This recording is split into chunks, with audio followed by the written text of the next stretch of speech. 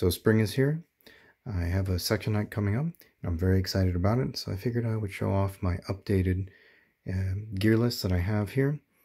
I'll put a link in the description below to the lighter pack breakdown, so you can see all the weights and everything, and there's a little bit of information about the conditions. But the short of it is that this is for Southwest Scandinavia in the spring. And let's get into it. So on one side you'll see I have my pack, and everything is in a specific order of how I put it into the pack. I'll explain that as I go through. Over here I have things that go in the front pocket, and then I have my shoulder bag. Now altogether it's about 3.7 kilos, or around 8¼ pounds. And that's total and everything you see here, obviously not including food and water. And if you count just what's in my pack, it's, I think, around like 7.5 pounds, because I keep some of my gear in this shoulder bag, like the phone that I'm filming on right now, along with, you see my filter and other things in there, right? Yeah, so I'm not going to open each and everything. If you're interested in seeing kind of the contents of what's in my like ditty bag and things, I've already done a video on that, and it's fairly similar to my my first aid kit and my ditty bag, so you can check that out. But yeah, I'll give a little bit more attention to the newer pieces of gear that I have added to update this kit. But yes, I guess where to begin? I'll start with the small stuff. Over here, the shoulder bag. This is the Treadlight gear shoulder bag. I've already done a whole video on it, and I even mentioned in another video that I modified it with my own shoulder strap to make it slightly lighter and more comfortable. Yeah, and in here I keep things that I use on the trail often, like my water filter in this nice net pocket. I keep my phone in here for pictures and communication, maps, etc. I also keep hard copies of maps in here in paper form.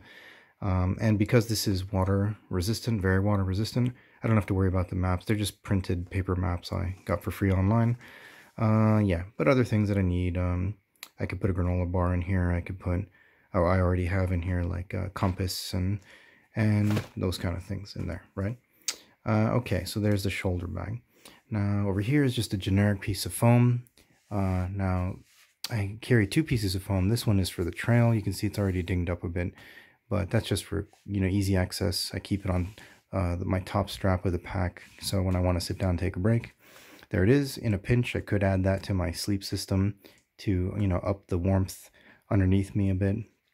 I rarely have to do that though, but sometimes there are cold snaps, and it's nice to have insurance, as we'll discuss later when we get to my other piece of foam. Here's my ditty bag.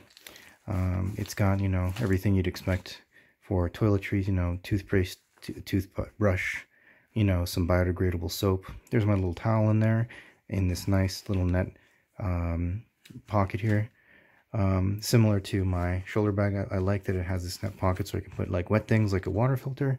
And over here is this nice towel so it can dry out a little easier. A couple of recycled water bottles. They're 750 milliliters each. I've had them for years. They're still holding up great. I actually opted to go slightly heavier for these because stiff breeze will not blow them over.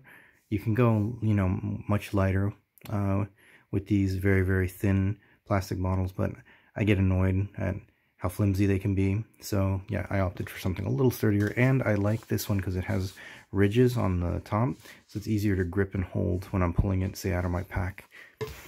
Yeah, first aid kit, easy to find and see, blaze orange. It's water resistant. This is a Z-Pack zip pouch. Not only is the first aid kit in here, but my repair kit and a few other odds and ends are in there too. Over here is my electronics pouch, again in a water resistant pouch. They just have like an external battery, cord, plug, the usual. Over here, it's actually a newer addition. This is my tent stakes that I have in here. They're titanium shepherd hooks, and this is a piece of silicone nylon. I think it's either 40 or 50 D thread count, so it's a little bit tougher. I had a scrap of it lying around, and I made my own a brand new tent stake bag. I wanted something that was a little bigger than my smaller Cuban fiber one that I've been using for years. And what I did to make it a little tougher is I don't know how well the camera's picking that up a bit, yeah. But on the inside, I glued a piece of Tyvek to the bottom to help keep it a little bit more puncture resistant. But even if it does, you know, get punctured, it's not a big deal. Like I said, I made this with some scrap, but I'm sure it'll be all right. So yeah, there's that. Over here in this smaller Cuban pouch is my ground cover, which is a SOL trimmed emergency blanket in there. I mentioned that in my last video of like kind of luxury items. So there it is again. So yeah, all that goes in the front pouch, along with, oh, what's missing here is my spoon. I left the spoon in my backpack. So yeah, the spoon I put in the front pocket as well. So now let's get to the pack and how I pack everything, and yeah, a few new goodies. Where to begin? So I guess I'll start with the pack itself, which is under the foam, right? This is the Mountain Laurel Designs Burn from 2016. I've been very, very happy with the pack, and I did a whole review on it. So if you want to see, like me, give a detailed review of it, you can check out my channel. The options that I have on it are pretty bare bones. I have bungee cord side straps. I have a little mini compass and thermometer on it, and I switched out the sternum strap for a Z-Pax sternum strap that I had on my Zero. I switched that out for the sternum strap that comes with it, slightly lighter, and I already have a whistle, so I didn't need to have another whistle. Okay, so there's the backpack, and here's the Gossamer Gear Sitlight pad I use as a frame. And not only is it the frame for the pack, but I also put this inside of my quilt in the footbox and leg area. So not only are my feet have a little padding and my shins, so it keeps me warmer, more comfortable. And because it's always in my pack, it never gets dirty or anything, as opposed to that little foam pad, hence why I have two. And as I mentioned before, in a pinch I could combine them, say if my inflatable pad, you know, pops or there's a problem, you know, I still have a bit of insurance there. But obviously I have a repair kit to, you know, fix my pad in the rare event, you know, that it gets completely shredded, you know, though I still have two pieces of foam to work with. Okay, and in this bigger dry bag, I'll start from the bottom. So what goes into my pack first when I pack? Well, first would be the foam, of course. Then after that, I will slide this rectangular dry bag in here. This has my quilt, and this is I'm very excited about my new quilt. This is a quilt made by the Ultralight Enchilada, a cool guy I met on Reddit who makes his own gear. I've talked about him in my Enlightened Equipment modification video, so you can check that out. He did some modifications to a quilt, and I was so impressed with his craftsmanship, and I saw pictures of other quilts he's done. I ordered a quilt through him, you know, directly through him. Yeah, and I'm very impressed with it so far. I'm going to do a whole separate video on that quilt in the future, but I want to, of course, give it a run in the field, test it out in the field. But, you know, laying in it at home has been great. Yeah, but again, in here, not just my quilt, I also have my sleep clothes. So I have my Borah down vest, I have some leggings, you know, to sleep in, a hat. Yeah, that all goes in here in a waterproof dry bag, and that goes at the bottom. Then next layer we have here, this is my Nemo Tensor short pad. That goes in there. Next to that, in this bag, this is a Mountain Laurel Designs silicone nylon stuff sack. I have my tarp, which is the Borah 7x9 tarp, which I did a video on. Again, check my channel for, you know, some of the things I've, you know, mentioned here. I've done separate videos on.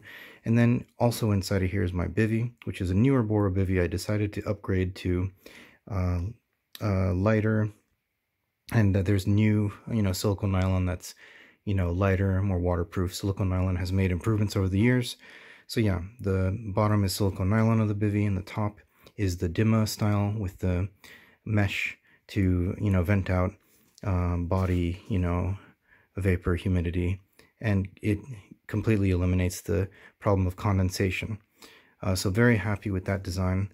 And over here in this Z-Packs Cuban dry bag is my rain gear. I have a pair of silpoly rain pants that they were actually made by Ultralight Enchilada, the guy who made my quilt. And I said, hey, can you throw together a pair of rain pants? After years and years of you know, using a pair of silicone nylon ones, they, you know, got worn out, so I have a replacement for those. And I have one thing that I've been trying my best to, you know, run into the ground, but it just will not die, is my Go Light poncho tarp. I did spray it with a waterproofer, like to kind of give it a, I noticed that after many years of use, it was wetting out, you know, after sustained rain. It rains quite a lot here in Sweden, so there have been times I've walked, you know, hours and hours in the rain.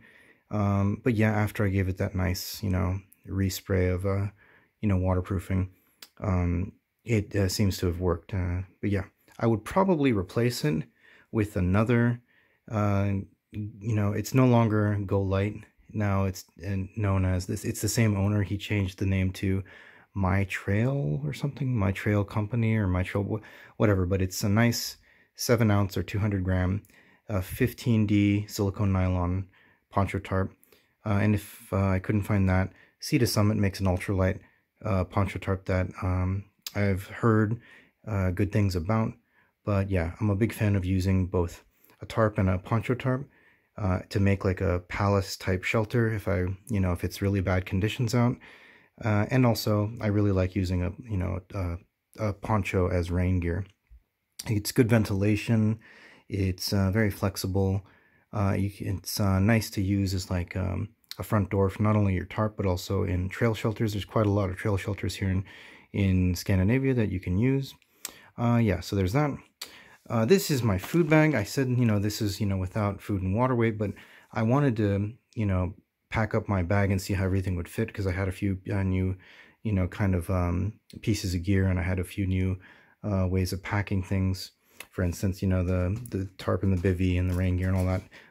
But yeah, so I wanted to make sure everything packed properly with, but this is food for like 4 or 5 days I have in here. And this is my food bag, just a Sea to Summit dry bag, 8 liter.